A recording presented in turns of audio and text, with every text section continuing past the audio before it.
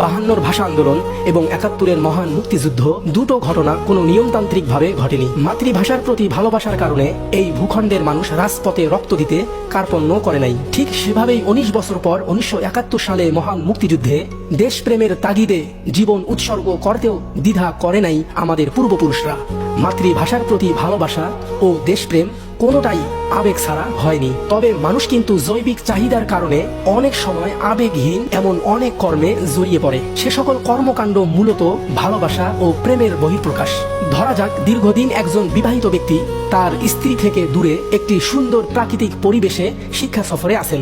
সুন্দর প্রকৃতির মাঝে থাকতে থাকতে এবং ফরমালিন মুক্ত মাছ ও সবজি খেতে খেতে সেই ব্যক্তির জৈবিক চাহিদার ইচ্ছা হতেই পারে। আর এরকম পরিস্থিতিতে শিক্ষা সফরের আয়োজকরা সেই ব্যক্তির জন্য আবেগহীন প্রেম ভালোবাসার বহিঃপ্রকাশের ব্যবস্থা করতেই পারেন, সেটা দোষের কিছু নেই।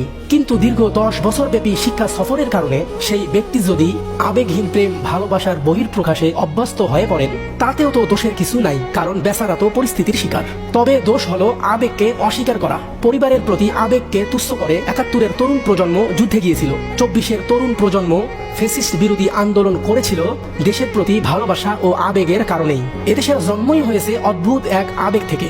আর আজকে কেউ আবেগকে দূরে রাখতে চাইলে তাদের অবস্থা কি হবে বুঝেন একবার। শিক্ষা সফরের জন্য নির্ধারিত জায়গার নাম শিলং। জায়গাটি ভারতের পশ্চিমবঙ্গে অবস্থিত। শিক্ষা সফর সাফল্যের সাথে সম্পাদন করে আসা ব্যক্তির নাম যদি বলে দেয়া লাগে, তাহলে বুঝবো এদেশে বুদ্ধিজীবী থাকলেও বুদ্ধিমান মানুষের বড়ই অভাব।